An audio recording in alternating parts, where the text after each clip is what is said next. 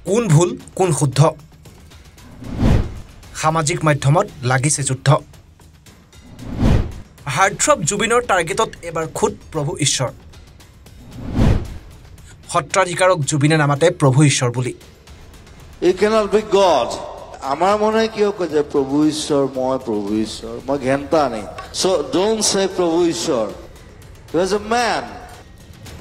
বিতৰ্কিত মন্তব্যৰে সংবাদ শিৰোনাম হততে দখল কৰিবলৈ সক্ষম হোৱা জনপ্ৰিয় গায়ক জুবিন গাৰ্গৰ সত্ৰাধিকাৰ সন্দৰ্ভত এক মন্তব্য সম্প্ৰতি জোকাৰি গৈছে সমগ্ৰ অসম জুবিনৰ মন্তব্যৰ সমৰ্থন আৰু বিৰোধত এতিয়া দুটা ভাগত বিভক্ত হৈছে অসমৰ নেটিজেন একাংশ জুবিন গাৰ্গৰ সমৰ্থকৰ মতে একো ভুল কৰা নাই গায়কজনে আনহাতে জুবিনৰ বিপক্ষত অৱস্থান বহুজনৰ যে প্ৰভু ঈশ্বৰ বুলি কোৱা যায় মই সেই শব্দটো বেয়া পাওঁ He cannot be. He cannot be God. Right. And Buddhism কয় যে বুদ্ধই কৈছে যে you are God. I am not. যেটা বুদ্ধই কয় আমার মনে কিয় কয় যে প্রভু ঈশ্বর মই ঘেন্টা নেই হ্যাঁ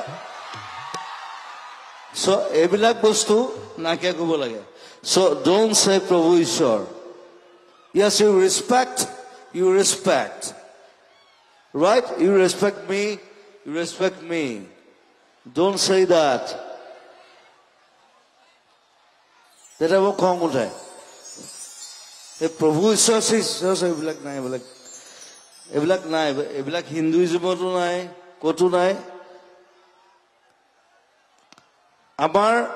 মই এটা কথা কওঁ ইয়াত কৃষ্ণ ভগৱান নহয় তেওঁ কেতিয়া ভগৱান নাছিলে he was a man আৰু এটা কথা কম নেকি সেইটো ইয়াত নকব ইয়াত কলে দিগদাৰ হ'ব what was Krishna